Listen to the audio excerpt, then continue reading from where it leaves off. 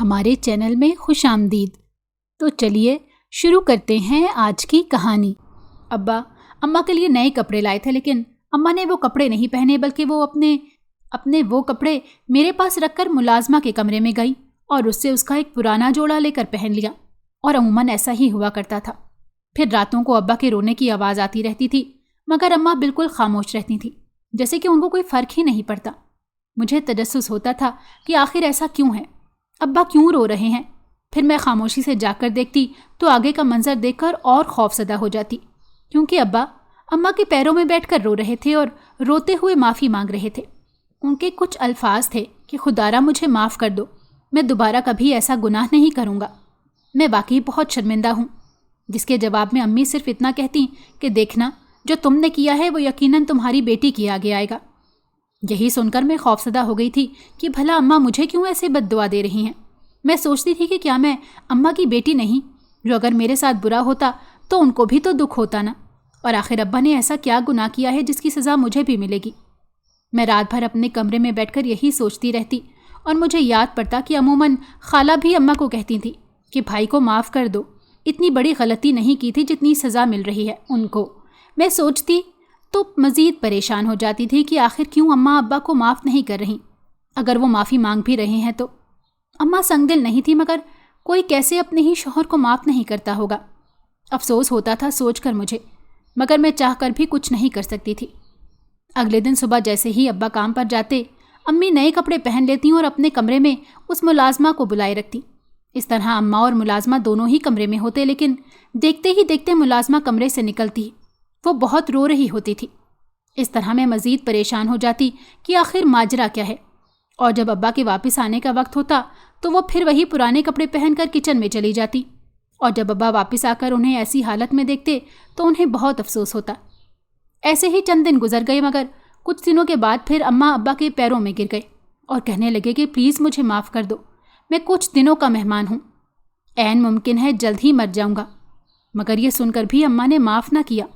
یوں لگتا تھا کہ اماں نے ان کی بات سنی انسنی کر دی ہو۔ میں بڑی پریشان ہو گئی کہ آخر کس بات کی معافیاں ابا اماں سے مانگ رہے ہیں، اور آخر اماں معاف کیوں نہیں کر رہی، اور پھر ابا کیوں چند دن کے مہمان ہیں۔ ابا کی یہ بات سن کر میرا دل دہل گیا، مگر اماں کو فرق نہ پڑا۔ عین اسی وقت اچانک ابا کی طبیعت خراب ہو گئی۔ گھر میں عجیب افراتفری مچ گئی۔ فوراً ابا کو اسپتال لے کر گئے۔ وہاں جا کر ہمیں معلوم ہوا کہ ابا تو ایک عرصے سے بیمار تھے، مگر اب کم ہی وقت بچا ہے ان کے پاس۔ ڈاکٹرز نے بتایا کہ ابا کو کینسر تھا۔ ہم نے بہت پہلے انہیں اس چیز سے آگاہ کیا تھا، اور ہم نے انہیں بتایا تھا کہ اگر آپ زندگی چاہتے ہیں تو آپ اپنا آپریٹ کروا لیں، لیکن انہوں نے اس چیز کو بہت ہلکا لیا، اور اب وہ کینسر کے آخری سٹیج پر ہیں۔ چاہ کر بھی ہم انہیں نہیں بچا سکیں گے۔ ہاں، البتہ یہ ممکن ہے کہ وہ مزید کچھ دن جی سکیں، اور ڈاکٹر کی یہ بات ہمارے لیے کسی قیامت سے کم نہ تھی۔ ابا اکیلے ہی اتنی تکلیف اور اذیت سہتے رہے اور کسی کو اپنا ہم راز نہ بنایا۔ جیسے ہی ڈاکٹر نے یہ راز فاش کیا ہم پر، اماں سجدے میں گر گئیں اور ان کی زندگی کی دعائیں کرنے لگیں، مگر دوسری طرف مجھے اپنی ملازمہ بہت خوش نظر آ رہی تھی، یوں جیسے کہ وہ چاہتی تھی۔ مگر اس وقت زیادہ سوچنے سمجھنے کا وقت نہیں تھا، اور میں نے فوراً فیصلہ کیا تھا اسے نوکری سے نکالنے کا۔ مگر اماں نے مجھے ٹوک دیا کہ نہیں، یہ کہیں نہیں جائے گی اور نہ ہی تم اسے نوکری سے نکالو گی۔ پھر میں خاموش ہو گئی، مگر مجھے یہ سب کچھ عجیب لگ رہا تھا۔ مجھے یوں لگ رہا تھا کہ اماں بھی کوئی ڈھونگ کر رہی ہیں۔ میں چاہتی تھی کہ میں چیخ چیخ کر پوچھوں اپنی اماں سے کہ کیا اب آپ خوش ہیں؟ یہی چاہتی تھی نا آپ؟ وہ رو رہے تھے، تڑپ رہے تھے کہ خدارا مجھے معاف کر دو، مگر آپ کو تو رحم ہی نہ آیا، حتیٰ کہ آپ کو ان کی بات تک مذاق لگنے لگی۔ مگر میں خاموش تھی، صرف اپنے ابا کے لیے۔ وقت جلدی سے گزر رہا تھا۔ میں اور اماں بس ابا کی زندگی کی دعائیں مانگ رہے تھے اللہ سے۔ کافی وقت گزر گیا تھا ہمیں انتظار کرتے ہوئے، مگر ڈاکٹر ICU سے باہر آنے کا نام ہی نہیں لے رہے تھے۔ مجھے امید تھی کہ یقیناً اللہ نے ابا کو زندگی عطا کر دی ہے، مگر اسی اثنا میں ڈاکٹر ICU سے باہر آتے ہیں اور ہمیں ابا کے انتقال کی خبر سناتے ہیں۔ یہ خبر سنتے ہی میری جان نکل جاتی ہے۔ یوں لگتا ہے جیسے کسی نے مجھ سے میری زندگی کا قیمتی اثاثہ چھین لیا ہو، اور میں بس خاموشی سے ان کو خود سے دور جاتا ہوا دیکھ رہی تھی۔ اور دوسری طرف دیکھتے ہی دیکھتے منظر بدل گیا۔ آہو بکا شروع ہو گئی اور میت کو گھر لایا گیا۔ میرے آنسو تھمنے کا نام نہیں لے رہے تھے کہ جاتے ہوئے ہم ابا کے ساتھ گئے تھے اور واپسی پر ہم ان کی میت کے ساتھ آئے ہیں، بلکہ یوں کہنا بہتر ہوگا کہ جاتے ہوئے ہمیں وہ لے کر گئے تھے۔ ظاہر سی بات ہے وہ بیمار تھے تو انہی کے ساتھ ان کے لیے گئے تھے ہم، اور واپسی پر ہم انہیں لے کر آئے ہیں۔ عجیب وحشت سی ہو رہی تھی مجھے۔ گھر سے احساس ہو رہا تھا کہ ماں باپ کتنی بڑی نعمت ہیں۔ میں سوچ رہی تھی کہ کیا اماں کو بھی افسوس ہوگا کہ کاش میں نے ان کو معاف کر دیا ہوتا۔ مجھے اپنے بچپن کے چند لمحے یاد آئے کہ کس طرح میرے ابا میرے ساتھ کھیلتے تھے، اپنی کمر پر بٹھاتے تھے اور کہتے تھے کہ بیٹا تمہیں کبھی بھی اس کمر سے گرنے نہیں دوں گا، اور جب گرو گی تو تمہیں ہمیشہ اپنا باپ اپنے ساتھ کھڑا نظر آئے گا۔ اور آج میں حقیقت میں گر گئی تھی، لیکن مجھے اٹھانے کو میرے باپ کا ہاتھ نہ تھا، اور میرے آنسو پونچھنے کو میرے باپ کا ہاتھ نہ تھا، اور مجھے رونے کو اپنے باپ کا کندھا میسر نہ تھا۔ کوئی بتاتا میرے ابا کو کہ ان کی بیٹی ان کو کیسے ٹوٹ کر یاد کر رہی ہے۔ اگر وہ یوں میرے سامنے ہوتے تو یقیناً مجھے یوں تڑپتا دے کر خود بھی تڑپ جاتے۔ میری نظریں بس اپنے پاس کی میت پر مرکوز تھیں، ایسے جیسے ابا سو رہے تھے اور وہاں کوئی اور موجود ہی نہ ہو۔ لوگ مجھ سے ابا کا افسوس کر رہے تھے اور مجھے اماں کے لیے افسوس ہو رہا تھا، لیکن میں نے نوٹ کیا کہ اماں نے خالہ کو پاس بلا کر کہا کہ جاؤ، کمرے سے ایک لفافہ پڑا ہے وہ لے آؤ۔ خالہ کہ لاکھ منع کرنے کے باوجود بھی اماں کی ضد پر خالہ کو وہ لفافہ لانا پڑا۔ پھر خالہ اماں کے کان میں کہہ رہی تھی کہ باجی خدا کا واسطہ ہے آپ پلیز یہ کام نہ کریے گا، اچھا نہیں لگتا۔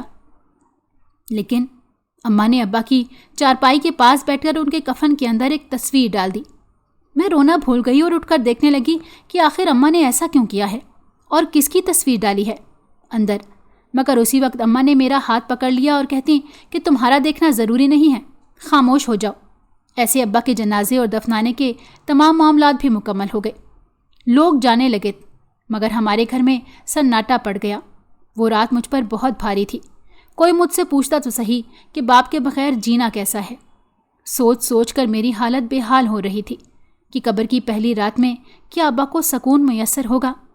آخر جب تک دنیا میں تھے میں نے تو ان کو روتے ہی دیکھا ہے، مگر ماں کو رحم نہیں آتا تھا۔ میں ایک طرف کی کہانی جانتے ہوئے لوگوں کے انجام نکالنے لگی تھی۔ جو بھی تھا میں سوچ رہی تھی کہ اماں کو چاہیے تھا ابا کو معاف کر دیں۔ موت سے زیادہ اٹل تو کچھ نہیں، اور انسان تو دنیا میں آیا ہی اسی لیے ہے، اور غلطیاں بھی انسانی فطرت میں شامل ہیں۔ پھر بھی انسان میں اتنا ظرف نہیں کہ وہ معاف کر سکے۔ عجیب سے وسوسے تھے بس۔ دن گزر گئے اور میں مزید پریشان ہو گئی۔ ایک تو ابا کی وفات کا دکھ، اور پھر کس بات کی معافیاں ابا اماں سے مانگتے تھے، اور وہ تصویر کس کی تھی جو اماں نے ابا کے کفن میں ڈالی تھی۔ میں نے ابا کو اپنے خواب میں بھی 2-3 بار دیکھا تھا، اور وہ صرف یہی کہہ رہے تھے کہ بیٹا معافی، بس اس سے زیادہ وہ کچھ نہیں کہتے تھے۔ یوں لگتا تھا کہ شاید ابا خوش بھی ہیں اور خوش نہیں بھی ہیں، مگر عجیب کشمکش سی چل رہی تھی میرے دماغ میں بھی۔ خیر ان سب کے جوابات مجھے صرف اماں یا خالہ ہی دے سکتی تھی۔ خالہ تو میرے پاس ہی تھی، مگر مجھے اماں سے ابا کی معافی کی بات بھی کرنی تھی کہ خدارا انہیں معاف کر دیں۔ تو بس اسی لیے میں فوراً اماں کے کمرے کی طرف بھاگی۔ دروازہ کھولتے ہی میں نے دیکھا اماں اور ملازمہ بیٹھے تھے اور سامنے اسکرین پر کچھ چل رہا تھا، جسے دیکھ کر میری ہوائیاں اڑ گئیں۔ میں فوراً پلٹی اور اپنے کمرے کی جانب بھاگی جہاں خالہ پہلے سے موجود تھی۔ میں بہت زیادہ سہمی ہوئی تھی۔ میں نے ایسا منظر پہلے کبھی نہیں دیکھا تھا۔ ایسا محسوس ہو رہا تھا جیسے میرے پاؤں تلے سے زمین کھینچ لی گئی ہو۔ لگ رہا تھا کہ دماغ کا پچھلا حصہ سن ہو رہا ہے۔ افسوس تھا مجھے کہ کاش میں نہ جاتی کمرے میں۔ آخر کیوں میں گئی؟ مجھے یوں لگ رہا تھا کہ میں مر کیوں نہیں گئی یہ سب دیکھنے سے پہلے۔ اور میری ایسی حالت دیکھ کر خالہ گھبرا گئی اور پوچھا کہ بیٹا کیا ہوا ہے، بتاؤ تو صحیح۔ میں نے کہا خالہ اگر میں آپ کو بتاؤں تو آپ کی بھی روح کانپ جائے۔ اور خالہ کہنے لگیں کہ بیٹا جو بھی دیکھا ہے بھول جاؤ بس۔ کیسے بتاتی انہیں کہ بھولنا اتنا آسان نہیں ہوتا۔ خیر پھر میں نے الف سے یہ تک ساری بات خالہ کو بتائی، جسے سن کر وہ پہلو بدلنے لگیں اور میں تو ایسے جیسے کاٹوں تو بدن میں لہو نہیں، یہ حساب تھا میرا۔ پھر خالہ نے بات کرنی شروع کی اور کہنے لگیں کہ ہمت سے سننا سب۔ تمہارے ماں باپ نہیں چاہتے تھے کہ تمہیں اس بات کا علم ہو، مگر اب تم بڑی ہو گئی ہو، بالغ ہو اور اپنے ارد گرد کے ماحول کو دیکھتی ہو، سوچتی ہو اس پر، اسی لیے تمہارے علم میں بات ہونا بہت ضروری ہے۔ اس لیے میں نے سوچا ہے کہ آج میں تمہیں سب کچھ بتا دوں گی۔ میں خاموش ہو گئی کہ کیا اب بھی کچھ باقی تھا سننے کو، کیا ابھی بھی مزید گھر کی در و دیوار مجھ پر گرنا باقی تھے۔ خیر موقع کی مناسبت سے میں خاموش ہو گئی، کیونکہ میں جاننا چاہتی تھی کہ آخر ہوا کیا تھا۔ پھر جیسے جیسے خالہ مجھے بتاتی گئی میرا دماغ سن ہوتا گیا۔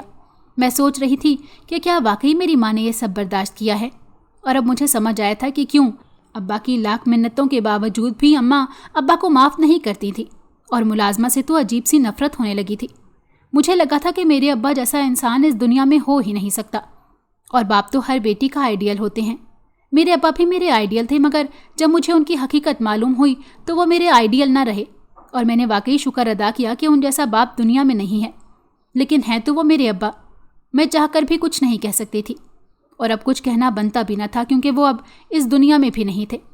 تو اسی لیے میں نے محض ان کی مغفرت کی دعا کر دی۔ میرا نام زینب ہے۔ میری خالہ نے مجھے بتایا کہ میری اماں ابا کاروبار کرتے تھے۔ بہت پرسکون زندگی گزر رہی تھی ہماری۔ جب میں 10 سال کی ہوئی تو میری امی دوبارہ حاملہ ہو گئیں، اور میری امی ابو سے تقریباً 5 سال بڑی تھی، لیکن دونوں کی لو میرج تھی، اور زیادہ محسوس بھی نہیں ہوتا تھا کہ اماں بڑی ہیں۔ ہمارے ابا کا آباء و اجداد گاؤں میں تھا، اور وہ عموماً جاتے تھے گاؤں اپنے والدین سے ملنے۔ لو میرج کی وجہ سے ابا کے والدین نے اماں کو گھر پر رکھنے سے انکار کر دیا تھا، مگر وہ اپنے بیٹے کو بھی نہیں چھوڑ سکتے تھے۔ اسی لیے ابا مہینے میں 2 یا 3 بار چکر لگا کر آتے تھے وہاں سے، بلکہ 3 دن گزار کر آتے تھے، جیسے جمعے کو گئے اور اتوار کو واپس آنا ہوتا۔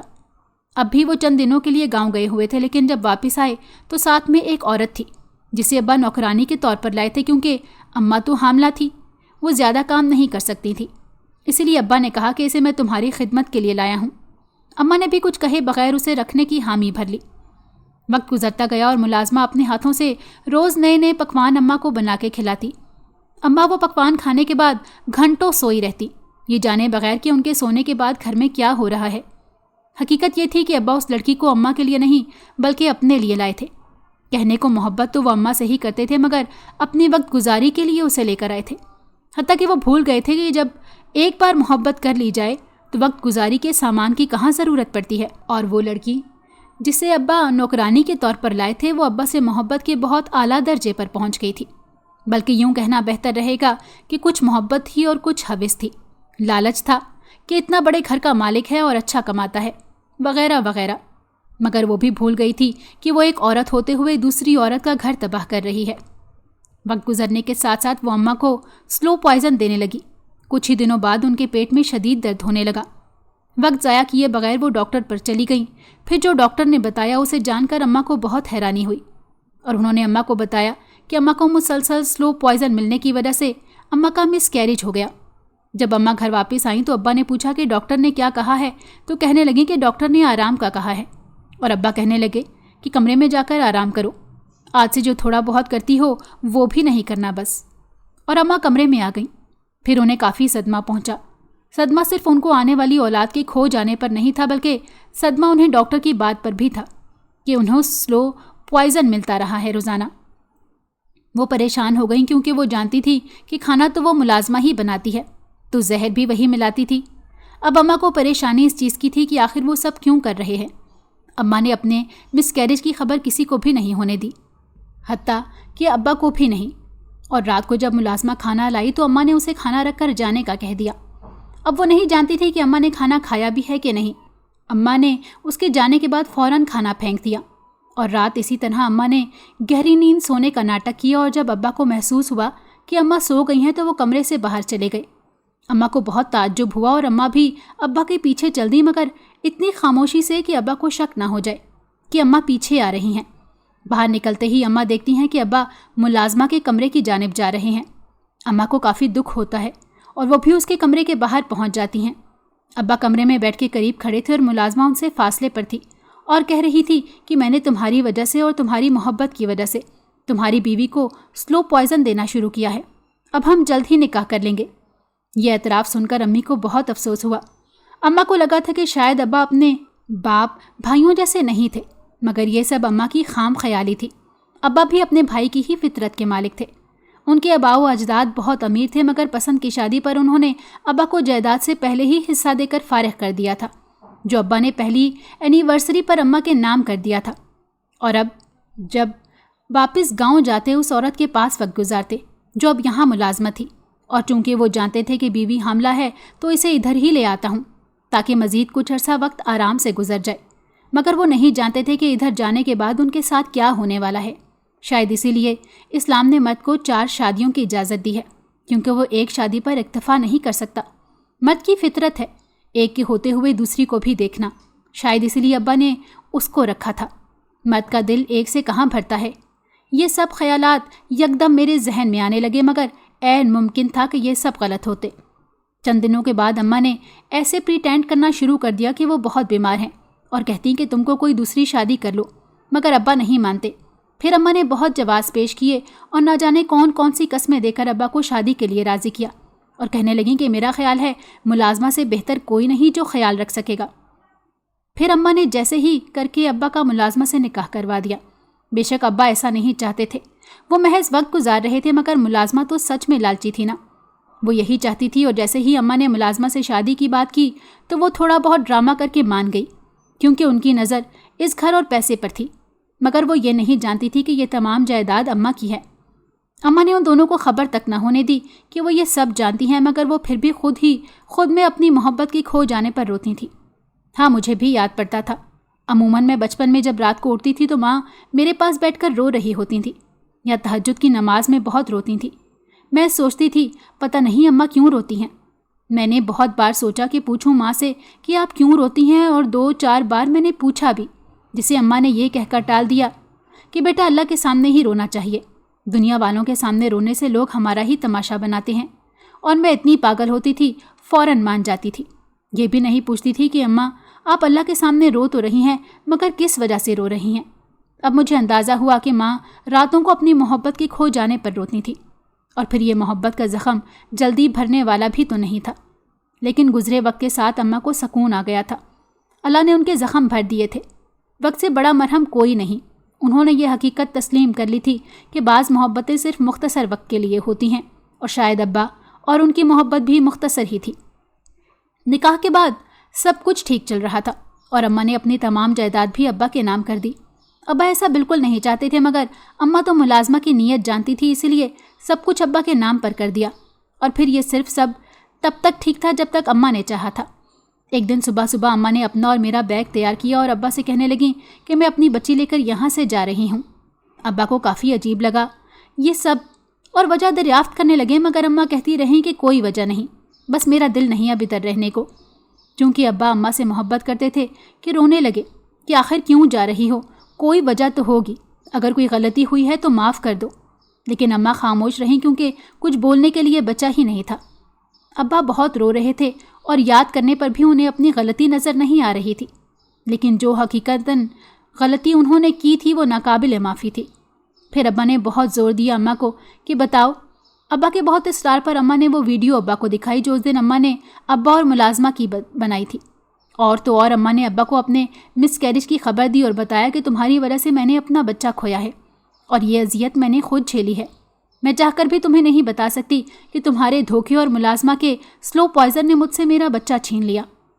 ابا کو بہت دکھ ہوا، ایک تو اپنی بے وفائی کا اور دوسرا اپنے بچے کو کھونے کا، اور وہ فوراً باہر کو لپکے ملازمہ کو طلاق دینے کے لیے، مگر اماں نے روک دیا یہ کہہ کر کہ اگر تم نے اسے طلاق دی تو میں بھی یہاں سے چلی جاؤں گی۔ یہ سن کر ابا خاموش ہو جاتے ہیں، لیکن وہ اماں کو منانے کی بہت کوشش کرتے ہیں، کبھی نئے جوڑے لا کر دیتے ہیں، کبھی کچھ تو کبھی کچھ، مگر اماں ان جوڑوں کو ہاتھ تک نہیں لگاتی تھی اور ملازمہ سے اس کے کپڑے لے کر پہنتی، اور ابا کو یہ جتلاتی کہ ملازمہ میں تمہیں یہی پسند آیا تھا نا، جس کی وجہ سے تم نے مجھے دھوکہ دیا ہے، اسی لیے اب میں بھی تمہیں اس کے جیسے ہی رہا کروں گی، تاکہ جب بھی تم مجھے دیکھو یا میرے قریب آؤ تو تمہیں مجھ سے وہی ملازمہ نظر آئے۔ مطلب اماں خود کی ذات کو ختم کر کے خود کو اس ملازمہ کی جگہ رکھ رہی تھی۔ ابا کو بہت صدمہ ہوتا ہے، وہ ہر دوسرے دن اماں سے معافی مانگتے تھے، مگر سب بے سود۔ اب معافی مانگنے کا فائدہ تھا ہی نہیں، جب سب کچھ ختم ہو چکا تھا نا۔ اماں ابا کا رشتہ ویسا بچا تھا، اور نہ ہی محبت۔ یہ اذیت نہیں، اندر ہی اندر انہیں مار رہی تھی، مگر معافی ملنے کی کوئی بھی امید نہیں تھی، کیونکہ بے وفائی کی کوئی معافی نہیں ہوتی، اور ابا یہ بات بہت پہلے سمجھ نہ سکے۔ اماں نے ابا کو اس بے وفائی پر کوئی معافی نہیں دی، اور نہ اس ملازمہ کو گھر سے جانے دیا تاکہ ان کو احساس ہو کہ آخر انہوں نے یہ کیا ہے۔ اور ہر روز اماں ملازمہ کو کمرے میں بھی اسی لیے لے جاتی تھی تاکہ وہ اس کی وہی ویڈیو دکھائیں جو اماں نے بنائی تھی۔ ابا اور ملازمہ کی گفتگو کی۔ ابا کی طرح ملازمہ بھی اماں کے پاؤں پکڑ پکڑ کر روتی تھی، مجھے معاف کر دیں، میرے اندر لالچ آ گیا تھا۔